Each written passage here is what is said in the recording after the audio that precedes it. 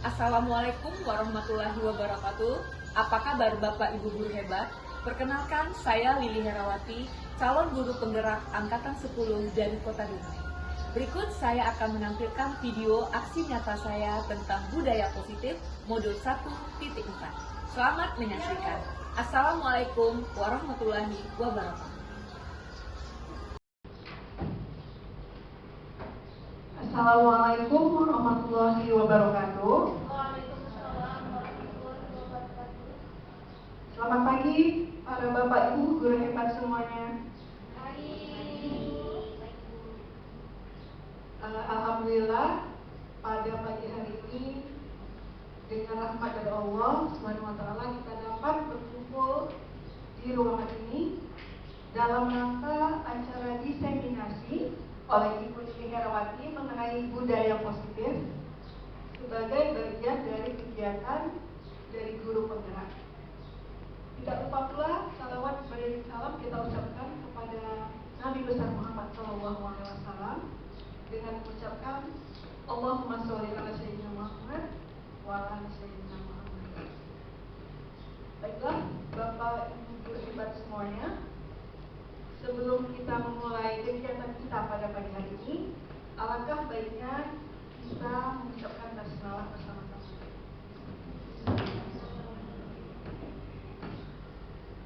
Baik, untuk tidak memperpanjang mukadimah, waktu dan tempat saya persilakan kepada Ibu Lili. Silakan.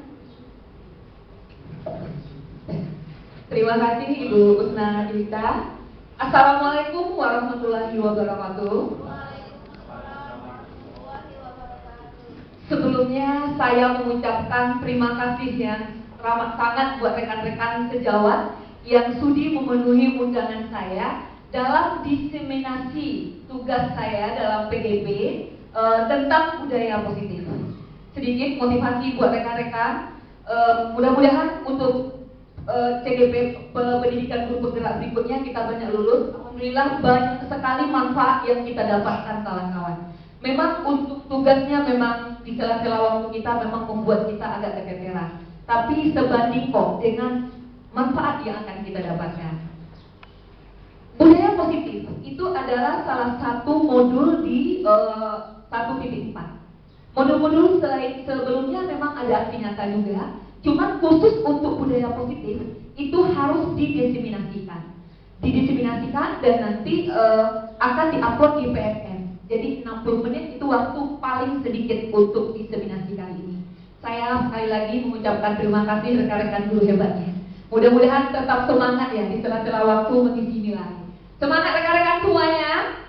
Saya tes dulu kalau memang semangat. Saya walaupun di sebelah sini laki-laki ya, di perempuan semangatnya saya rasa tidak kalah. Untuk rekan-rekan yang di sebelah kanan, kalau saya bilang, bagaimana semangatnya kawan-kawan? Menyala besi. Jawabannya ya. Oke, kita tes. Bagaimana semangatnya kawan-kawan? Menyala besi. Luar biasa. Yang sebelah sini, bagaimana semangatnya kawan-kawan? Menyala besi. Alhamdulillah, luar biasa sekali. Oke, rekan-rekan semuanya, kita mulai. Sebelumnya saya ingatkan seriesnya sering ya kawan-kawan ya. Nanti saya yakin dan percaya mungkin kawan-kawan pengetahuannya tentang budaya positif mungkin lebih. Saya di sini hanya membagikan. Mungkin kawan-kawan lebih anggap yang dari saya ini hanya menambah atau bagaimana ya kawan-kawan ya. Oke, rekan-rekan majelis guru, tujuan dari kegiatan ini adalah menyampaikan pembelajaran dari penerapan konsep inti dari modul budaya positif serta pemahaman mengenai konsep-konsep inti dalam budaya positif dalam modul yang kami pelajari. Apa saja konsep inti budaya positif yang akan saya sampaikan? Yang pertama ini mengenai perubahan paradigma pembelajaran. Yang kedua tentang disiplin positif. Yang ketiga motivasi perilaku manusia. Yang keempat kebutuhan dasar. Yang kelima, posisi kontrol restitusi. Dan yang terakhir, keyakinan kelas dan segitiga restitusi. Insya Allah akan kita kupas, akan saya sampaikan semuanya ini. Kita mulai dari yang pertama, perubahan paradigma pembelajaran.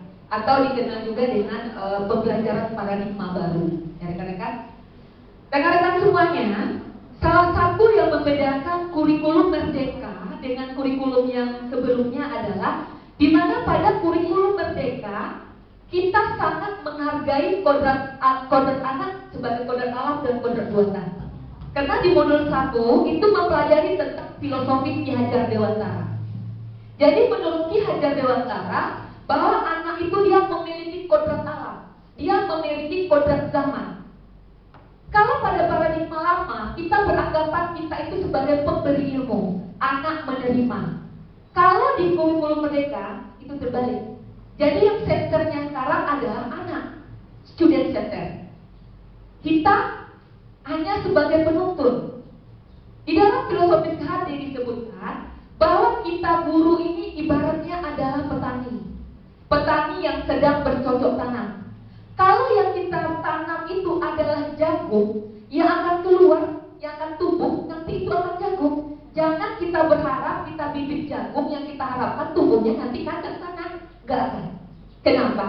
Karena sesuai dengan teori bukan tabula rasa, bahwa anak tersebut dia akan jadi sesuai dengan apa yang ada yang telah digariskan. Jadi pada teori bukan tabula rasa itu, anak dilahirkan dia seperti kertas yang sudah ada tulisan-tulisannya. Apa fungsi kita sebagai guru?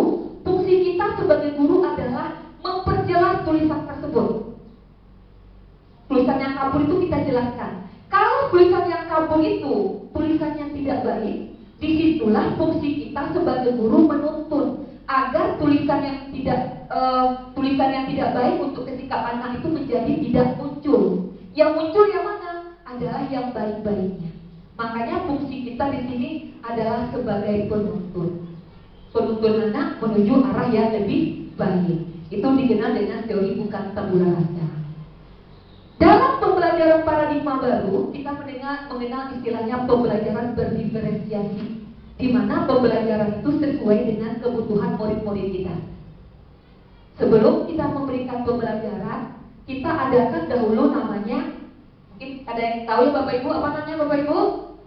Tes awal ya, asesmen awal. Dari asesmen awal kita menentukan nanti bagaimana kita memberikan pembelajaran kepada anak didik kita. Iya, Bapak Ibu.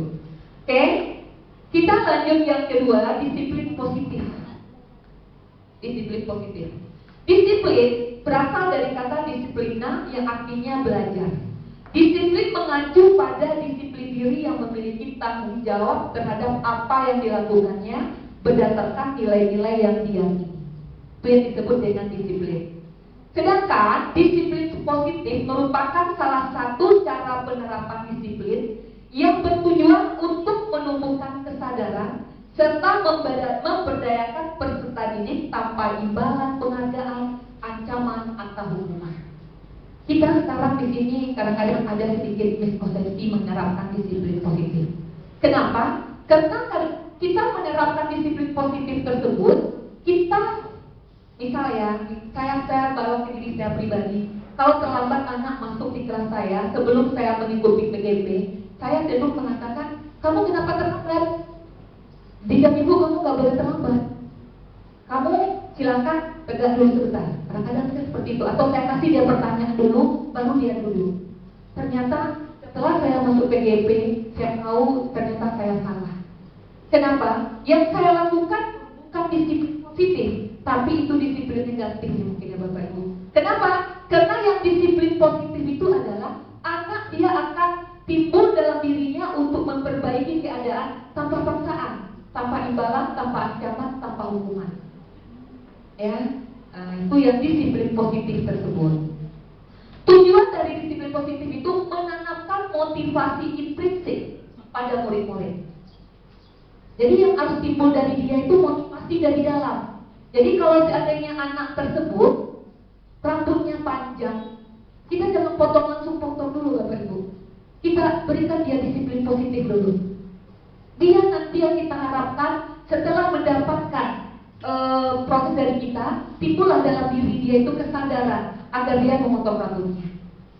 Jadi kesalahannya itu disadarinya, kemudian dia memperbaikinya. Itulah yang di dalam disiplin positif tersebut. Jadi akan tertanamlah motivasi intrinsik pada murid-murid menjadi orang yang mereka inginkan dan menghargai diri sendiri dengan nilai-nilai yang mereka percayai. Ya Bapak Ibu, ya, kita lanjutkan. Orang bertindak karena ada motivasi dari perilaku. Jadi menurut Diana Gassen, betul ya tuh Pak Sulaiman bahasa Inggrisnya Diana Gassen ya tulisannya namanya.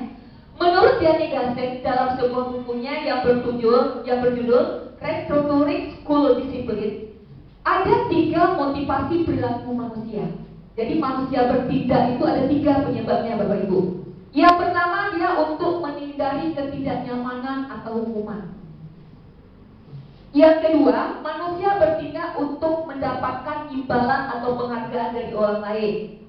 Dan yang ketiga, manusia bertindak untuk menjadi orang yang mereka inginkan dan menghargai diri sendiri dengan nilai-nilai yang mereka percayai.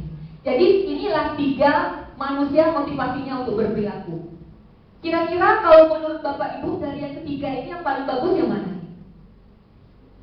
Yang mana? Kalau Bu Tevi yang mana Bu Tevi yang bagus kayaknya? Yang pertama. Kalau Ibu sebelah Ibu Usul, mana yang paling bagus motivasi? Yang ketiga berarti ya Bu Fani, yang ungu. Oh ya, terima kasih Bapak Ibu. Memang menurut Diana Gassen, motivasi perilaku manusia yang diharapkan itu adalah motivasi yang ketiga. Motivasi yang pertama, yang kedua itu tingkat perilaku motivasinya paling rendah. Jadi mereka mau berperilaku itu untuk menghindari ketidaknyamanan atau kehukuman. Itu sifatnya sesaat, tidak timbul dalam dirinya. Kemudian mendapatkan imbalan sama, mereka hanya mau karena dapat penghargaan. Yang paling bagusnya ini motivasi intrinsik, menjadi orang yang mereka inginkan dan menghargai diri sendiri dengan nilai-nilai yang mereka percaya. Jadi itulah yang kita harapkan dari murid-murid kita, supaya dalam disiplin positif itu, inilah yang mendorong dia, motivasi intrinsik lah yang mendorong dia untuk berubah. Oke, kawan-kawan, kita lanjutkan. Kebutuhan dasar manusia. Kebutuhan dasar manusia adalah segala sesuatu yang kita lakukan untuk mendapatkan apa yang kita inginkan. Seluruh tindakan yang kita lakukan memiliki tujuan tertentu, dan semua usaha terbaik yang kita lakukan adalah dalam rangka agar kebutuhan dasar kita itu terpenuhi dengan baik. Ada 5 kebutuhan dasar manusia. Ini juga berlaku buat siswa kita ya Bapak Ibu. Kalau seandainya 5 kebutuhan dasar manusia ini terpenuhi, kalau murid-murid kita terpenuhi, insya Allah maka anak murid-murid kita semuanya akan menjadi pembelajar yang baik. Apa kebutuhan itu? Yang pertama adalah kebutuhan bertahan hidup. Mungkin di sekolah kita ada mungkin rekan-rekan kita yang yang siswa kita mengambil bekal teman. Kenapa itu terjadi? Karena kebutuhan dasar yang pertama ini tidak terpenuhi. Bertahan hidupnya tidak ada. Yang kedua sama juga kasih sayang. Mungkin kita lihat anak itu kok begini, belajar tidak mau. Saya pernah memanggil seorang siswa saya. Sewaktu saya tanya kenapa dia bertindak seperti itu, saya baru tahu kalau dia ternyata tinggal dengan tetangga. Orang tuanya di Medan. Saya hubungi wali kelasnya, ternyata betul. Ibu bayangkan, anak kita tinggal dengan tetangga yang notabene orang lain, apakah pun bisa memberikan kasih sayang seperti orang tua? Tidak. Apalagi tetangganya itu pun juga punya anak. Jadi dia kekurangan kebutuhan mengenai kasih sayang. Karena dia kurang kebutuhan kasih sayang, dia mencari di sekolah. Dibuatnya lah pelaku yang lain-lain. Kamu sudah pernah jumpa yang seperti itu? Pernah juga. Macam-macam lah pelakunya. Itu kebutuhan yang kedua. Kebutuhan yang ketiga yang diperlukan manusia, kesenangan. Jadi ada rekan-rekan kita yang misalnya siswa kita misalnya yang berbuat pelaku yang agak-agak lain. Itu kenapa? Karena kesenangan mereka tidak terpenuhi. Kebutuhan kesenangan mereka tidak terpenuhi. Mereka mencari dengan berbagai cara kesenangan di sekolah. Cuma cara yang mereka cari itu kurang tepat. Ya betul kan begitu ibu-ibu? Saya yakin ibu-ibu pernah juga menjumpainya di sekolah. Kemudian yang kelima, kebutuhan manusia itu kebebasan. Ada anak-anak kita di rumah yang manut, sangat baik. Ternyata di sekolah dia agak lain kelakuannya. Kenapa? Karena dia tidak mendapatkan kebebasan di rumah. Dicarinya kebebasan di sekolah, kita yang agak dibuatnya di sekolah. Itu kebutuhan. Jadi kita perlu kebutuhan kebebasan. Yang kelima, penguasaan. Jadi manusia butuh penguasaan. Ada juga kasus di sekolah, ada siswa kita yang misalnya dia berlaku yang kurang baik karena dia ingin melihatkan superiornya. Dia itu berkuasa, penguasaan. Inilah 5 kebutuhan manusia. Dan otomatis kalau kita kenal murid kita juga manusia, ini juga kebutuhan murid-murid kita. Kalau murid-murid kita terpenuhi kelima kebutuhannya ini, insya Allah murid kita semuanya akan jadi pembelajar yang baik. Saya yakin dan percaya ibu-ibu semuanya pasti dalam mengajar keluhannya tidak akan banyak. Kenapa? Karena semua kebutuhan ini terpenuhi. Kebutuhan bertahan hidup, kebutuhan kasih sayang, kebutuhan kesenangan, kebutuhan kebebasan, dan kebutuhan penguasaan. Saya lanjutkan. Oke, sebelum ini saya lanjutkan, ibu-ibu ada mungkin yang mau bertanya mengenai, atau nanti aja saya buka sesi diskusi ya. Oke, ibu-ibu semuanya, karena sebelum saya lanjutkan ke sesi kontrol, biar suasananya agak hangat sedikit, kita buat game sedikit sebentar ibu-ibu ya. Ya, ibu-ibu semuanya mungkin bisa fokus ke saya dulu. Halo, ya. Gamenya biar suasananya agak lancar sedikit ya. Gamenya nggak perlu berdiri, cukup di sana aja. Kita gamenya sambil bernyanyi, sambil melihat apakah ibu-ibu fokus atau tidak. Gamenya gampang ibu-ibu. Saya hanya akan menyebutkan Marina menari di atas menara. Ya ibu-ibu ya. Tapi dengan gerakan. Jadi kalau misalnya saya bilang Marina itu kan perempuan, ibu-ibu tangannya seperti ini. Ya. Marina, kalau menari kan begini Bu ya. Menari, tangannya begini. Marina menari. Kalau tangan saya seperti ini artinya di atas. Di atas. Kalau tangan saya di sini tinggi, itu berarti menara. Jadi caranya saya nanti bisa membolak-baliknya loh ibu-ibu. Tapi ibu nggak boleh salah gerakan ya. Jadi Marina menari di atas menara, di atas menara, Marina menari. Bisa ibu-ibu? Oke, sebelumnya kita semuanya tepuk tangan dulu. Iya. Oke ibu-ibu, kita akan lihat fokus kita. Dia nggak ada kesalahan, semuanya benar. Saya cuma lihat fokus, kita lihat sampai fokus aja ya. Oke, kita mulai ibu-ibu ya. 1, 2, 3. Marina menari di atas menara. Luar biasa bagus, ternyata fokus. Cuma itu yang pertama ya, atau di kedua ketiganya belum fokus. Kita ulang lagi dulu. 1, 2, 3. Marina menari di atas menara, menari Marina di atas menara. Luar biasa. Ternyata yang datang sekarang ini adalah guru-guru hebat. Oke ibu-ibu, kita lanjutkan ya ibu-ibu ya. Ya. Materi selanjutnya yang akan saya sampaikan adalah 5 posisi kontrol. Ini berupa video ya Bapak Ibu. Nanti kita akan lihat kita guru ini sebenarnya kita sudah di mana posisi kita. Ya. Mungkin kawan-kawan juga pernah ada yang nonton di PSS. Kita akan simak video ini.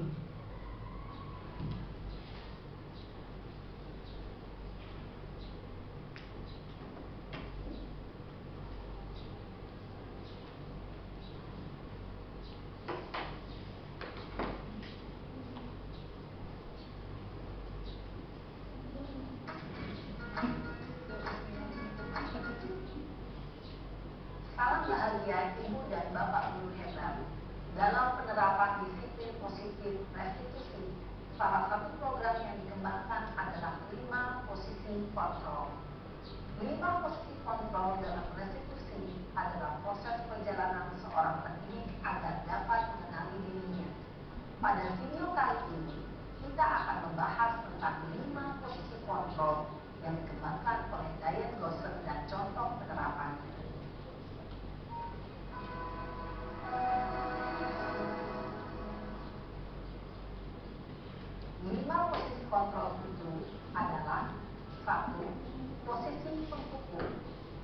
2, posisi pembuat rasa bersalah. 3, posisi teman. 4, posisi pemantau atau monitor. Dan 5, posisi manajer. Untuk lebih memahami kelima posisi tersebut, mari kita saksikan kasus Naren yang terlambat hadir waktu murid di sekolah dan melihat bagaimana kelima posisi kontrol dalam menghadapi masalah tersebut.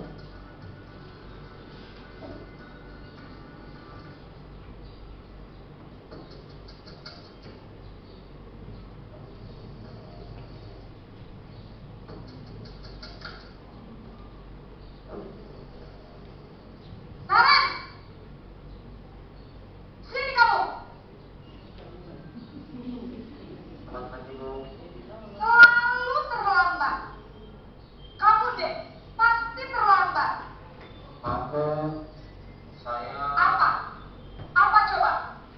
Alasan kamu apa lagi? Kapan sih kamu tidak terlambat? Malas sekali ya kamu jadi anak. saya Dasar pemalas. Gak kapok-kapok sih kamu. Sudah berapa kali terlambat? Sana, kamu keliling lapangan basket 2 kali. kenapa saya harus keliling basket Bu? Kenapa? Kamu melawan ibu. Berani-beraninya jawab. Sudah terlambat, masih berani jawab pula. Sekarang, keliling lapangan basket 5 kali sekalian. Biar kapok. Cepat. Pergi sana ke lapangan basket. Posisi pemukul biasanya berbicara dengan nada tinggi, menghardik, menunjuk-nunjuk, menyakiti, dan menyindir. Hukuman bisa berupa fisik maupun psikis. Ibu dan bapak guru hebat. Dampak yang terjadi pada murid ketika guru berada pada posisi pemukul adalah murid cenderung akan memberontak, bahkan menyimpan dendam.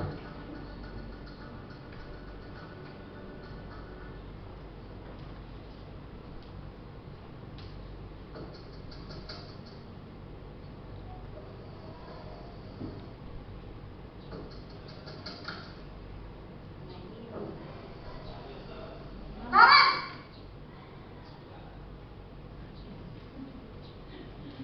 Selamat pagi Bu. Naren.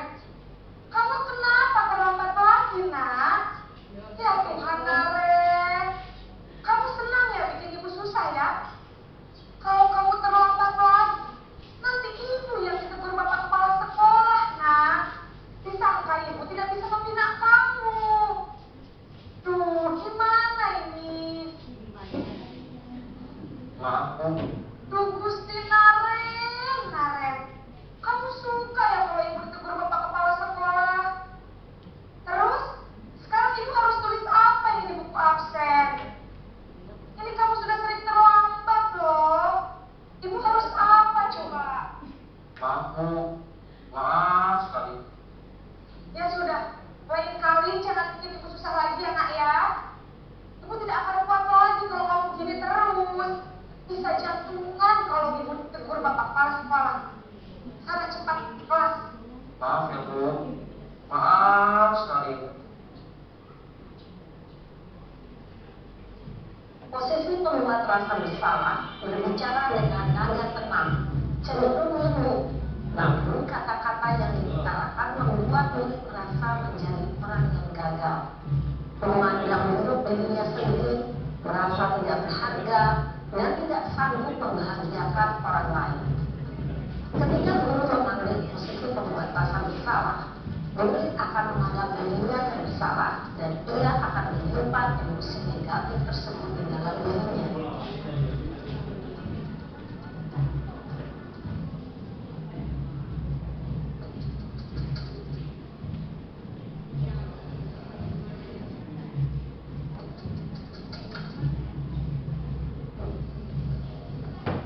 Naren!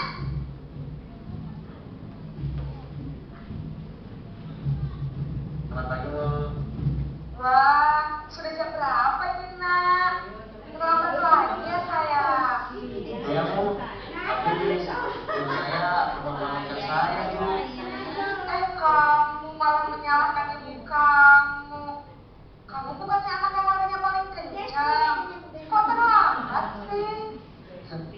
iya Bu, saya memang terlambat bangun tadi. Jadi biarpun saya lari kencang, tetap gak kekejar Bu. Ya sudah sana, nanti lain kali larinya lebih kenceng lagi ya, biar gak terlambat lagi.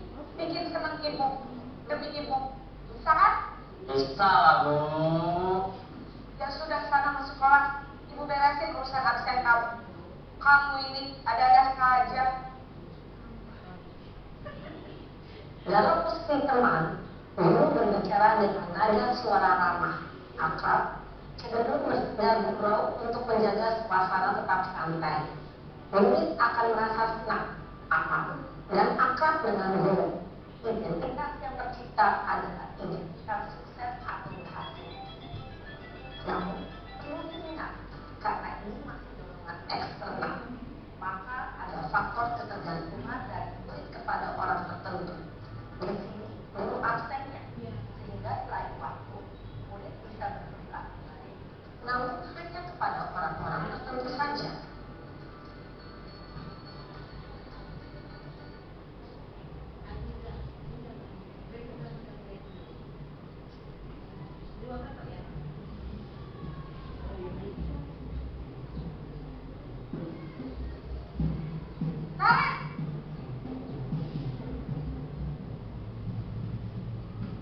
Selamat pagi Bu.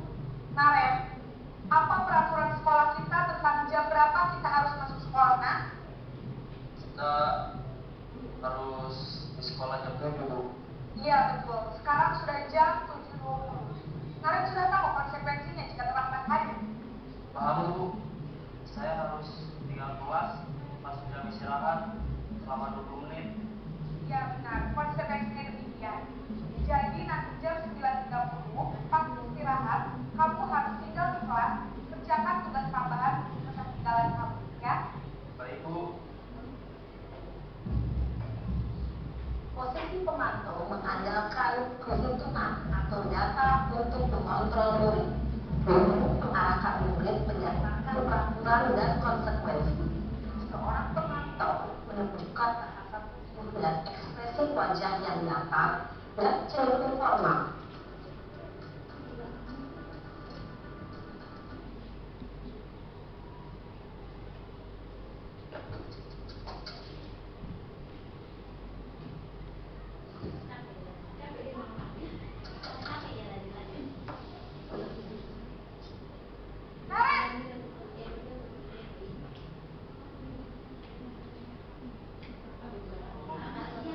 Selamat pagi, Naren.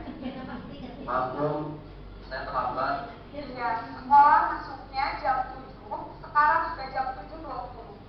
Jadi sekarang bagaimana ini, Naren? Maaf Bu, saya lupa awal saya semalam. Baiklah, menurut kamu, keyakinan sekolah yang mana yang perlu kamu tingkatkan? Menghargai diri sendiri dan orang lain menghina Bu. Setuju. Jadi, apakah Naren meyakini prinsip saling menghormati tersebut? Iya Bu, saya meyakininya. Apakah Naren bersedia memperbaiki masalah keterlambatan ini? Bersedia Bu. Bagaimana kamu akan memperbaiki masalah keterlambatan ini? Saya akan coba untuk tidak lupa menyetel alarm saya Bu. Baik, kalau Naren lupa menyetel alarm di rumah, ada orang yang kira-kira bisa bantu mengingatkan tidak? Ada Bu, kakak saya, Kak Emma. Ada lagi selain Kak Emma? Selain Kak Emma, ada ibu saya. Baik, jadi yang mengingatkan Naren adalah Kak Emma dan ibu kamu, ya? Kira-kira akan mulai setel alarm kapan, Naren? Setelah pulang sekolah, akan segera saya lakukan. Baik, jadi Naren akan setel alarm untuk bangun besok pagi dan akan diingatkan oleh kakak dan bunda Naren, ya? Ada lagi yang mungkin perlu dilakukan, Naren, agar tidak terlambat bangun lagi? Tidak ada Bu. Baik, Naren, terima kasih untuk kerjasama kamu. Sekarang kamu kembali ke kelas belajar. Baik Bu, terima kasih. Posisi manajer adalah posisi kontrol yang disarankan untuk membimbing murid memiliki sikap disiplin yang positif, yaitu murid yang mandiri, bertanggung jawab, dan dapat memecahkan masalah. Tujuan dari posisi disiplin adalah agar murid dapat berefleksi atas tindakannya. Guru akan dengan tulus memberikan pertanyaan-pertanyaan bermakna, sehingga membuat murid dapat belajar dari kesalahannya dan mencari sebuah solusi untuk menyelesaikannya. Ibu dan Bapak guru hebat, setelah mengamati adegan kelima posisi kontrol tadi, kira-kira posisi mana yang paling ideal? Posisi mana yang dapat menunjang motivasi intrinsik murid? Ya, tentu posisi manajer. Posisi ini memang posisi ideal yang ingin menjadi setiap murid. Pada posisi inilah, guru dapat menerapkan disiplin positif yang berpihak pada murid, yang memerdekakan murid. Perjalanan seorang pendidik tentunya tidak mudah untuk sampai pada posisi seorang manajer. Namun, tujuan kita pasti, yaitu menciptakan murid-murid yang mandiri, merdeka, dan bertanggung jawab. Semoga penggambaran 5 posisi kontrol yang telah diperlihatkan ini dapat menjadi ajang refleksi bagi kita semua, agar dapat terus mengasah dan menerapkan disiplin positif yang memerdekakan murid. Mari terus berlatih dan bersemangat. Selamat menerapkan. Salam dan bahagia Ibu dan Bapak guru hebat. Oke. Bagaimana Bapak Ibu? Setelah melihat 5 posisi kontrol, kira-kira yang paling sering kita di posisi berapa, ayo? 1 ya. 1 berarti di posisi sebagai penghukum. Hampir sama Bu Dewi. Saya juga sering berada di posisi 1, kadang-kadang di posisi 3. Saya sering di posisi 2-nya, penghukum 1, teman 1. Di PGP saya menyadari kalau selama ini saya kurang tepat. Udah hampir pensiun pula, udah mau 11 tahun pensiun baru saya menyadarinya. Mudah-mudahan buat rekan-rekan guru yang masih muda ini belum terlambat ya. Cuman buat saya pun, saya merasa saya pun juga belum terlambat. Jadi 5 posisi kontrol guru ini yang sebaiknya yang kita lakukan adalah posisi murid berkata, saya tidak akan peduli. Jadi murid jawabannya itu kalau kita di posisi dalam hati dia, saya tak akan peduli. Dampak pada murid apa? Mereka akan mengulangi lagi. Mereka akan mengulangi lagi kesalahan itu berulang kali. Perilaku mereka menjadi agresif. Apa kaitannya dengan dunia berkualitas? Murid meletakkan guru di luar dunia yang berkualitas. Jadi jangan salahkan murid-murid kita kalau kita tidak dalam diri anak-anak kita.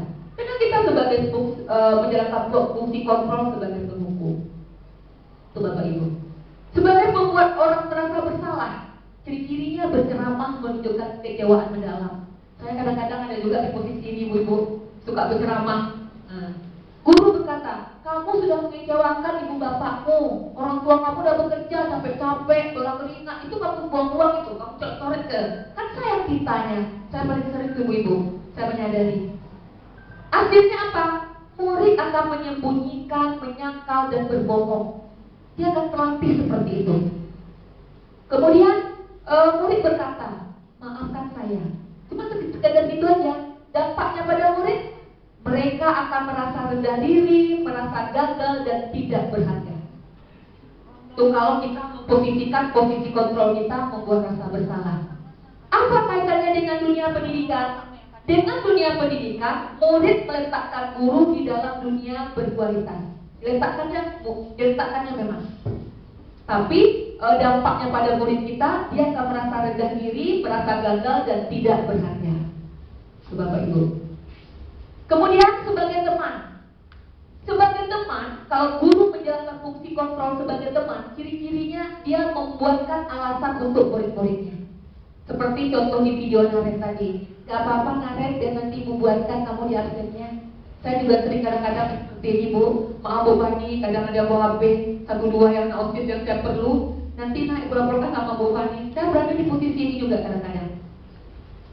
Guru berkata, lakukan untuk Bapak Ibu ya, sudah nanti Ibu bantu bereskan.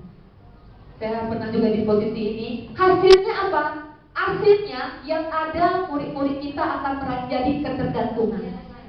Ketergantungan manja kata Bu Nurul, benar. Kemudian murid akan berkata apa? Bapak Ibu kan teman saya yang merasa dekat sama kita, SKID. Dampaknya pada murid apa? Mereka akan tidak tergantung, tidak mandiri, hati dan tidak bisa memutuskan. Itu yang dibilang sama Ibu Nurul tadi, manja ya Bu Nurul ya. Apa kaitannya dengan dunia berkualitas? Murid meletakkan guru sebagai orang penting dalam dunia berkualitas dan naik. Ini kalau kita memposisikan diri kita sebagai teman. Selanjutnya sebagai pemantau. Sebagai pemantau, ciri-ciri yang kita lakukan sering menghitung dan mengukur. Seperti yang dicontohkan dalam video Naret tadi. Misalnya guru berkata, apa peraturannya? Apa konsekuensinya kalau kamu telat? Apa yang telah kamu lakukan? Apa yang terjadi sekarang? Jadi guru berkata seperti ini. Hasilnya apa? Hasilnya siswa itu hanya akan berubah bila diawasi. Menyesuaikan dia bila diawasi, tidak tulus, tidak ikhlas. Itu kalau kita menjalankan fungsi kontrol kita sebagai pemantau. Tetapi kalau kita menjalankan untuk murid berkata, murid akan berkata, saya akan dapat berapa bintang kalau melakukan hal ini. Ibu akan mengasih saya apa kalau saya dapat. Itu kalau kita menjalankan fungsi kontrol sebagai pemantau. Jadi anak aja akan termotivasi karena ada imbalannya. Makanya jika sudah melakukan hal tersebut, saya akan mendapatkan apa? Saya menjumpai siswa seperti itu Bapak Ibu. Bu Nini, saya dapat apa? Karena saya menjalankan fungsi saya sebagai pemantau. Apa dampaknya kepada murid? Dampaknya menitik beratkan pada dampak diri sendiri mendapatkan hadiah. Jadi mereka itu hanya mau berubah kalau dia mendapatkan hadiah. Ya Bapak Ibu ya. Kemudian atau mendapatkan hukuman kalau kita menjalankan fungsi sebagai pemantau. Kaitan dengan dunia berkualitas, murid meletakkan guru. Peraturannya di dunia berkualitas. Yang terakhir, sebagai manajer. Sebagai manajer, di sini guru mengajukan pertanyaan-pertanyaan. Seperti contoh Naret tadi. Naret telat. Berapa sekarang Naret? Jam 7.20. Bukan langsung, kenapa kamu terlambat? Bukan seperti itu. Guru akan berkata, apa yang kita yakini? Apa kamu meyakini hal tersebut? Kalau kamu meyakininya, kamu mau kan memperbaikinya? Itu ciri-ciri ucapan guru kalau dia berada pada posisi manajer. Hasilnya apa? Hasilnya akan menguatkan watak atau karakter dari murid-murid kita. Jadi dari 5 fungsi kontrol tersebut, fungsi yang paling bagusnya adalah manajer. Karena inilah hasil yang diharapkan hadir ada pada murid-murid kita. Murid berkata di sini, bagaimana caranya agar saya bisa memperbaiki keadaan ini? Saya akan memperbaiki masalah ini dengan apa yang dia buat. Jadi bukan kita yang menunjukkan solusinya. Misalnya kayak dia terlambat itu, kamu besok alarmnya disetkan jam 5 ya. Bukan dari kita diharuskan kalimat itu keluar. Kalimat itu kalau kita menjalankan fungsi kontrol sebagai manajer, keluar dari anak. Dia yang diharapkan keluar sendiri. Saya Bu akan menyetel alarm saya jam 5 Bu, biar jangan telat. Itu yang kalau kita menjalankan fungsi sebagai manajer. Kaitannya dengan dunia, dampaknya pada murid mengevaluasi diri, bagaimana dia menjadi dirinya lebih baik. Jadi dampaknya kepada murid kita dasar.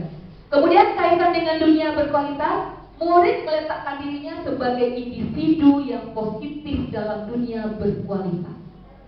Kita lihat dampaknya di meletakkan individu. Kalau ini guru di luar, ini masih kita. Kalau di sini dampaknya dia meletakkan dirinya yang positif dalam dunia yang berkualitas.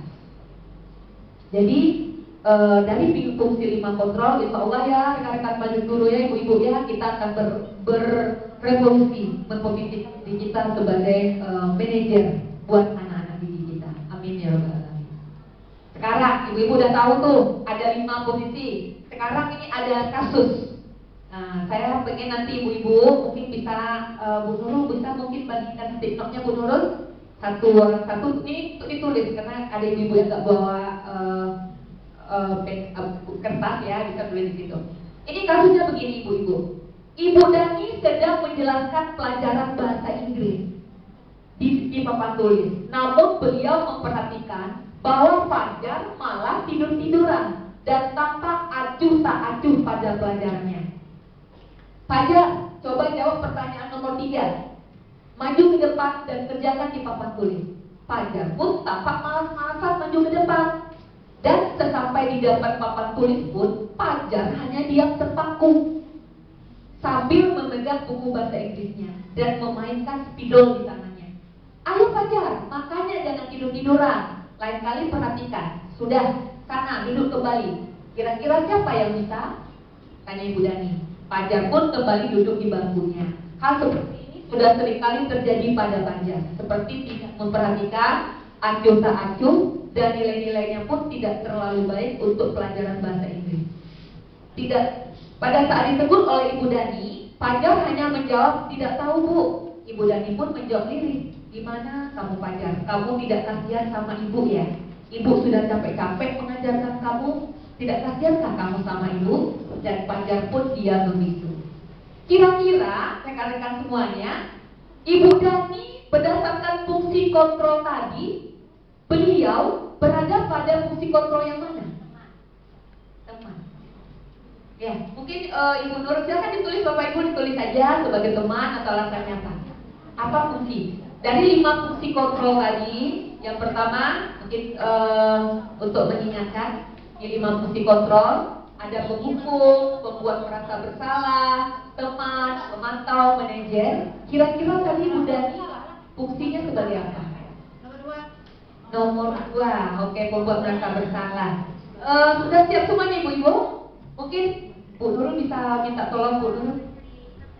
Oh ya, kasusnya ya? Oke, kasusnya. Silakan.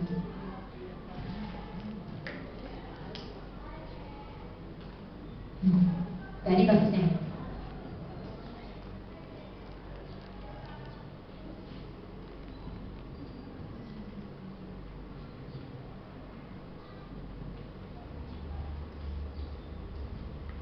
Kita pernah nggak seperti ini Ibu-Ibu? Di kelas? Pernah juga ya?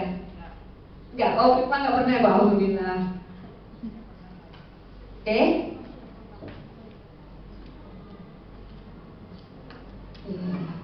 Oke rekan-rekan, mungkin yang udah selesai mungkin bisa ya, Ibu Ana mungkin bisa dianukan mic-nya. Silakan Bu Ana, apa jawabannya Bu Ana? Saya dulu. Fungsinya sebagai apa? Oh, Bu Eva duluan ya? Iya. Tolong Ibu. Biar semangat. Iya, biar semangat ya Bu Eva.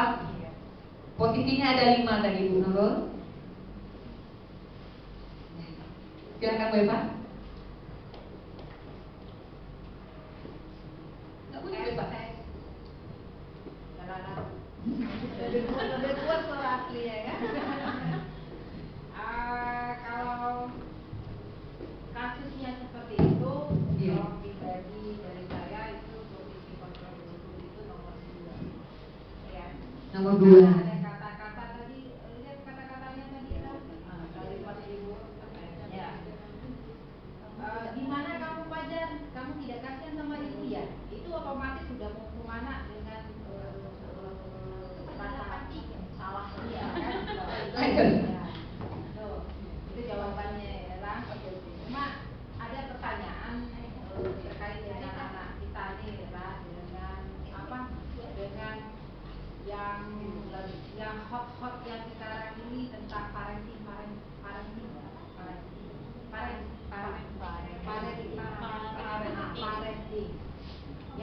yang kakak mau tanyakan tuh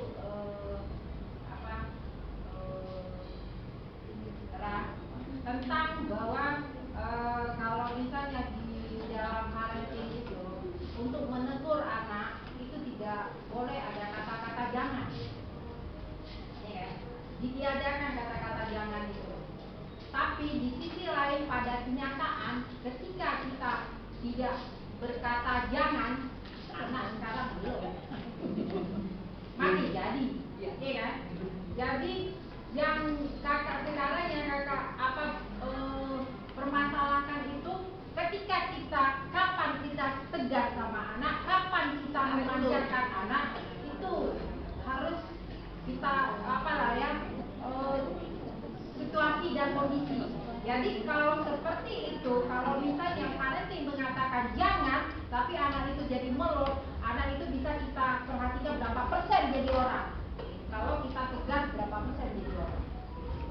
Jadi tolong masukkan apakah parenting ini memang sebuah bukan sebuah ancaman ya, sebuah apa ya, bertentangan ya, atau gimana? kakak nggak ngerti, tolong apa? Oke. Luar biasa sekali. Kita beri aplaus buat Bu Eva dulu. Luar biasa. Kita mulai dari yang pertama dulu. Kalau untuk posisi kontrolnya ada yang berbeda dengan Bu Eva mungkin, Ibu-ibu? Semuanya sepakat berada pada posisi kedua? Iya, memang betul Bapak Ibu. Ini adalah salah satu kasus yang kami bahas juga di PDP. Dia berada pada Ibu dan ini berada pada posisi yang kedua, pembuat rasa bersalah. Kuncinya berada pada ini, pada kalimat ini, ya, sesuai dengan ciri-cirinya tadi. Terus Bu Eva tadi mengenai parenting tidak cocok, tidak relevan dengan kehidupan nyata. Terjawab dengan materi selanjutnya Bu Eva. Boleh kita lanjutkan dulu? Iya, oke, terima kasih Bu Eva, luar biasa sekali.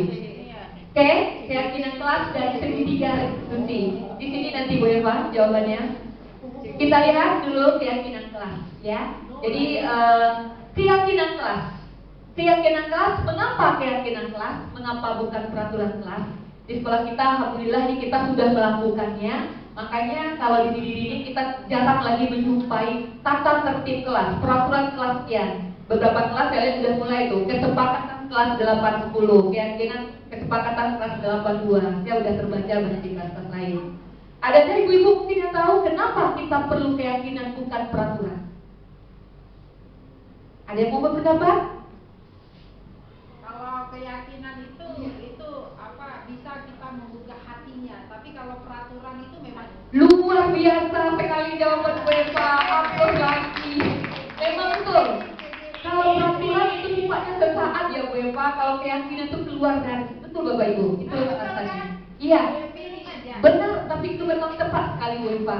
Jadi pembentukan keyakinan kelas itu sifatnya abstrak, berupa pernyataan universal, ciri-cirinya dibuat dalam pernyataan positif, sedikit saja agar mudah diingat, sesuai dengan kondisi kelas dan sekolah, melibatkan seluruh warga kelas atau sekolah. Kalau kita sebagai guru, tentu melibatkan warga dalam kelas. Ya Bapak Ibu, dan saya yakin Bapak Ibu semua sudah terampil dalam membuat keyakinan kelas. Ini Bu Eva. Yang ketiga, segitiga restitusi. Segitiga restitusi, suatu proses dialog yang dijalankan oleh guru agar dapat menghasilkan murid yang mandiri dan bertanggung jawab. Jadi dalam menghadapi murid-murid yang bermasalah, kita menerapkan segitiga restitusi. Jadi jangan bermasalah, nah jangan seperti itu lagi. Kita hindari yang seperti itu memang. Kenapa? Karena kita harus menggunakan ini, segitiga restitusi. Ada tahapan dari segitiga restitusi tersebut. Yang pertama tahapannya menstabilkan identitas dulu.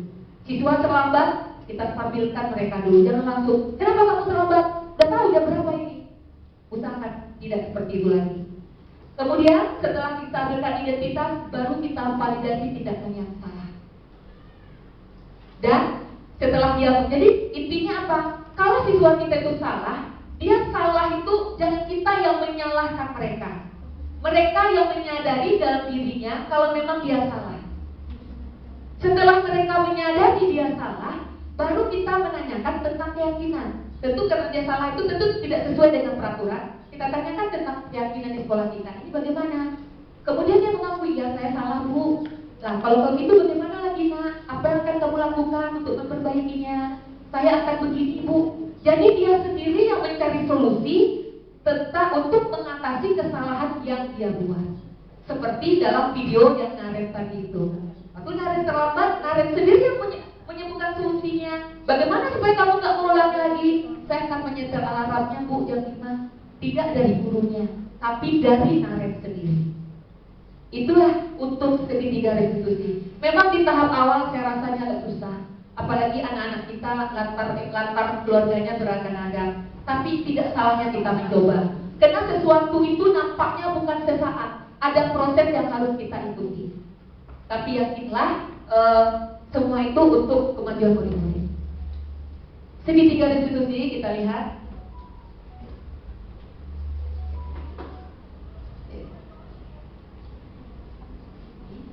Segitiga restitusi yang pertama menstabilkan identitas. Dalam menstabilkan identitas, itu kalimat yang bisa kita berdasarkan prinsip membuat kesalahan adalah bagian dari proses pembelajaran. Jadi kesalahan itu, makanya ada istilah belajar dari kesalahan. Jadi kesalahan itu adalah bagian dari proses belajar, proses Nah, berbuat salah itu wajar. Tidak ada manusia yang sempurna. Ibu bapak guru juga pernah melakukan itu. Itu contoh kalimat yang kita ucapkan. Ibu bapak tidak mau mencari siapa yang salah, tapi ibu bapak ingin mencari solusi dari kesalahan. Kamu berhak merasa begitu. Contoh, kalau berita muncul berita. Kemarin saya praktek metode buktinya berita hilang. Dia lapar, saya nanya langsung. Kebetulan anaknya, kenapa Bang? Saya lapar boleh. Kemudian saya, nak, lapar itu memang manusiawi. Nah, ibuku juga sering merasakan lapar. Saya usahakan mereka seperti itu, stabilkan dulu. Barulah kemudian setelah stabil identitas kita masuk yang berikutnya. Validasi tindakan yang salah. Dia sendiri yang menyadarinya. Kamu pasti punya alasan kenapa kamu melakukan hal itu. Padahal kamu bisa melakukan yang lebih baik lagi. Kita pancing dia dengan pertanyaan-pertanyaan seperti ini. Prinsipnya apa? Setiap perilaku berupaya memenuhi suatu kebutuhan tertentu. Dan ketiga, terakhir, baru kita menanyakan keyakinan. Teori ini pada dasarnya untuk menimbulkan motivasi secara intrinsik. Jadi kalau motivasi intrinsik untuk berubah itu datangnya dari dalam diri anak, insya Allah anak akan berubahnya akan terus. Jadi tidak sesaat dan tidak merasa takut kena peraturan atau karena alasan tertentu. Nih, ini saya mencobakan kemarin. Saya dua mencobakan, cuman yang agak bagus kemarin kasusnya laki-laki, cuman videonya kurang bagus. Ini yang saya cobakan, ini ketiga restitusi untuk Alia. Alia memakai baju olahraga di Jumat. Padahal seharusnya hari Jumat itu murid harus memakai baju Melayu. Jadi saya mempraktekkan segitiga restitusi ini ke Alia seperti ini.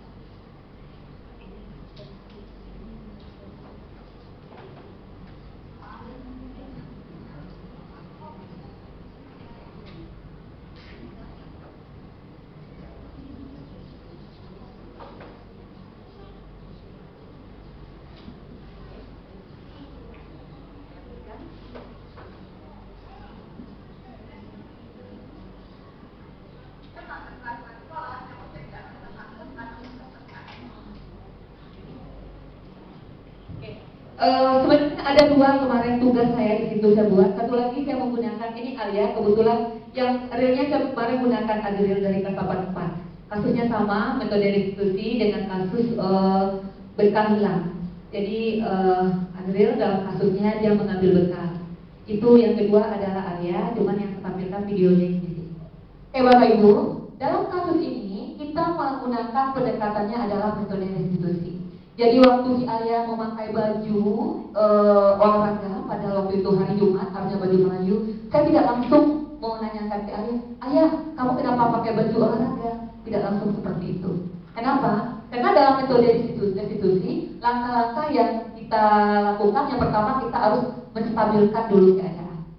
Setelah menstabilkan keadaan, baru kita masuk langkah yang kedua. Yang kedua, validasi tindakan yang salah. Dia sendiri.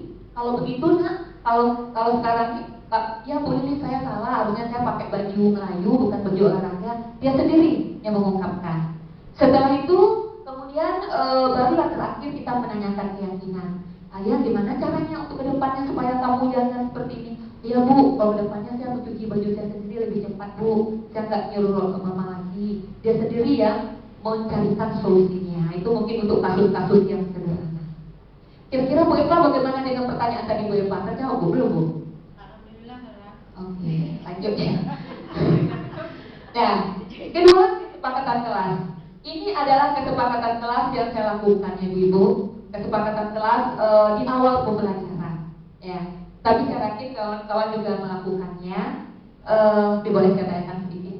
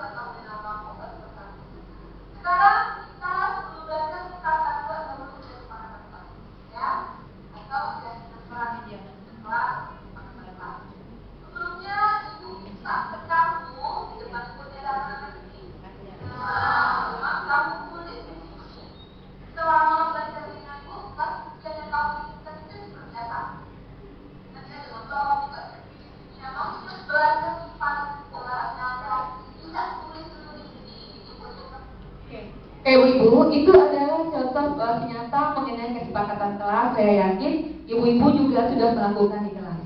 Jadi diharapkan di awal pembelajaran ini yang kita lakukan dulu. Jadi bukan hanya wali kelas saja.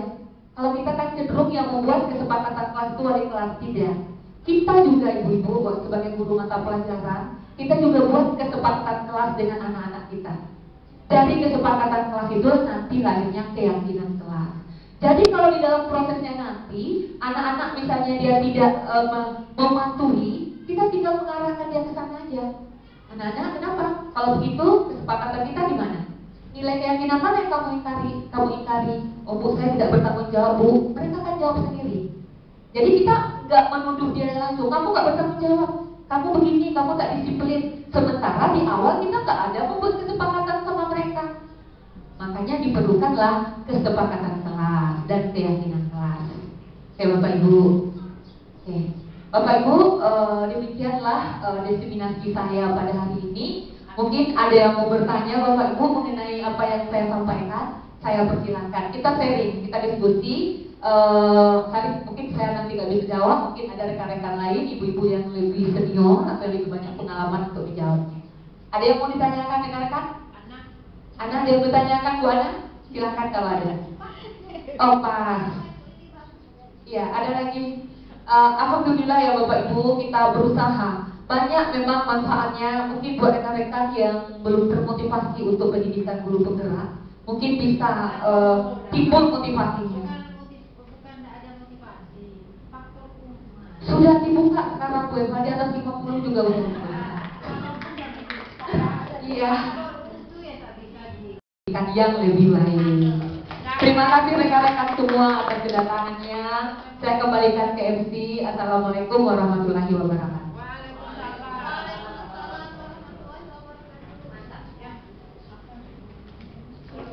Sungguh luar biasa ya pemaparan materi dari Ibu ini mengenai budaya positif. Semoga budaya positif yang sudah dipaparkan oleh Ibu ini bisa kita terapkan di sekolah kita. Amin. Baiklah, Ibu guru hebat semuanya. Demikian acara kita pada pagi hari ini. Terima kasih atas kehadiran serta perhatian dari ibu-ibu semua. Mohon maaf apabila ada perkataan maupun sikap yang mungkin kurang berkenan. Ya, wassalamualaikum warahmatullahi wabarakatuh.